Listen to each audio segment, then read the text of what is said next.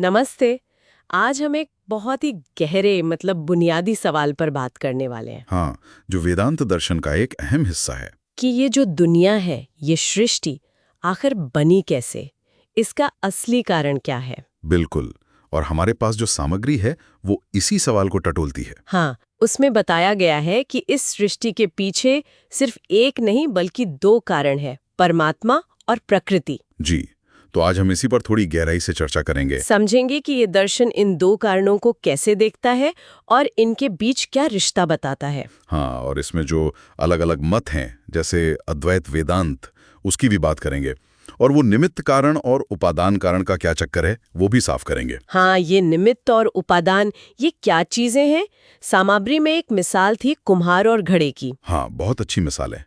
देखिए, कोई भी चीज बनने के लिए दो चीजें चाहिए। एक तो बनाने वाला, मतलब कर्ता। जैसे कुम्हार। बिल्कुल, उसे कहते हैं निमित्त कारण। और दूसरी चीज है वो सामान जिससे वो चीज बनेगी। जैसे घड़ा बनाने के लिए मिट्टी। सही, वो हो गया उपादान कारण। तो इस दर्शन के अनुसार परमात्मा है निमित्त कारण, मतलब सृष्टि के रचयिता। और प्रकृति? प्रकृति है उपादान कारण, वो मूल पदार्थ, वो सामान जिससे ये सारी दुनिया बनी है। अच्छा। और इस प्रकृति के बारे में क्या बताया गया है? बताया है कि ये अपने मूल रूप में अव्यक्त है, मतलब दिखती नहीं, और इसमें 3 गुण होते हैं, सत्व, रज, तम। हाँ, सुना है इनके बारे में। तो इन्हीं गुणों के अलग-अलग मेल से, मतलब कॉम्बिनेशन से, ये सारी भौतिक दुनिया बनती है। ये तो हुई दो कारणों की बात।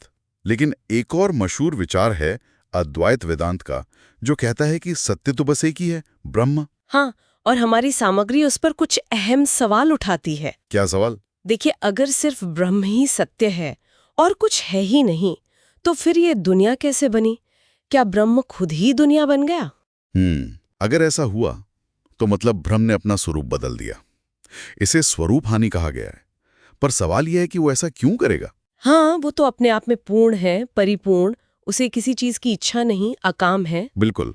तो उसे अपने स्वरूप को बदलने से क्या मिलेगा? कोई लाभ नहीं। तो फिर तर्क ये दिया गया है कि भ्रम का बदलना, या यूं कहें कि सृष्टि रचना, तभी सार्थक है जब वो किसी और के लिए हो। किसी और के लिए?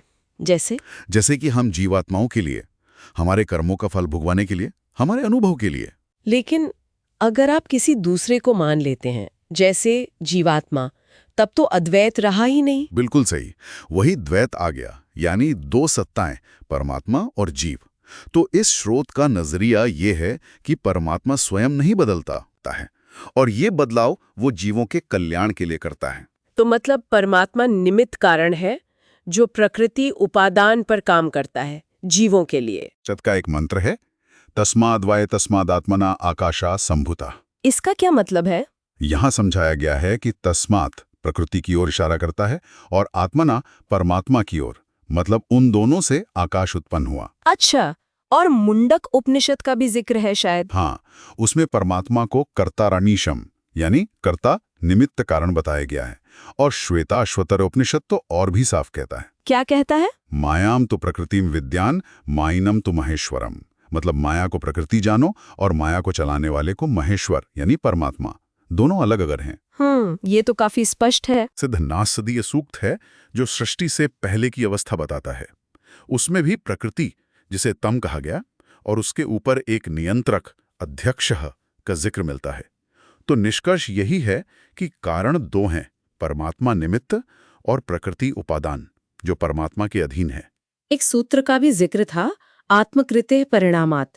इसका क्या अर्थ है? इसका मतलब है कि प्रकृति में जो परिणाम यानी बदलाव होता है, वो परमात्मा की कृति से होता है। कृति मतलब उसकी इच्छा, उसकी क्रिया शक्ति। क्योंकि प्रकृति तो जड़ है ना? वो खुद से तो कुछ कर नहीं सकती। बिल्कुल, जैसे विज्ञान भी कहता है कि जड़ पदार्थ अपने आप गति नहीं करता जब तक कोई बाहरी बल न लगे। हाँ, ये तो है। तो वैसे ही जड़ प्रकृति में सृष्टि की प्रक्रिया शुरू करने के लिए एक चेतन शक्ति, परमात्मा की कृति जरूरी है। लेकिन एक सवाल मन में आता है, अगर परमात्मा खुद बदलता नहीं, तो उसकी कृति या क्रिया कैसे होती है जिससे प्रकृति बदल जाए? ये बहुत गहरा सवाल है। देखिए, परमात्मा की कृति हमारे हाथ पैर चलाने जैसी क्रिया नहीं है, वो अनंत है। हाँ। और जो अनंत होता है उसमें बदलाव नहीं हो सकता। बदलाव तो हमेशा सीमित चीजों में होता है, जिनके हिस्से हों, मतलब जो सावयव हों।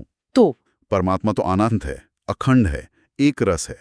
श्रुतियां उसे योनि सर्वस्य कहती हैं, मतलब सबका स्रोत। लेकिन वो इस बनने और बिगड़ने वाले जगत से भी बड़ा है, जयान है, परे है। उसकी कृति उसकी सत्ता मात्र से, उसकी इच्छा मात्र से होती है, बिना खुद बदले।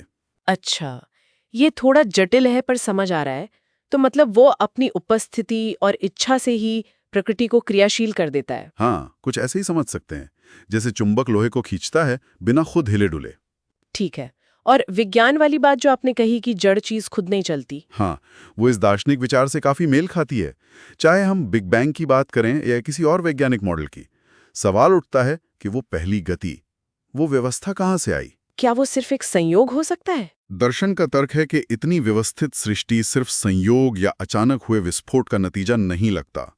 उसके पीछे एक चेतन व्यवस्थापक, एक निमित्त कारण जरूरी लगता है। तो अगर हम आज की पूरी चर्चा को समेटें। हाँ, तो सार यही है कि वेदांत दर्शन का ये विश्लेषण मानता है कि जगत की उत्पत्ति के दो कारण हैं। परमात्मा जो निमित्त कारण है, बनाने वाला, और प्रकृति जो उपादान कारण है, यानी सामान। और परमात्मा स्वयं बिना बदले जीवों के हित के लिए प्रकृति में परिवर्तन लाता है या करवाता है। बिल्कुल। अंत में एक सूत्र आता है, तेन सर्वे व्याख्याता व्याख्याता।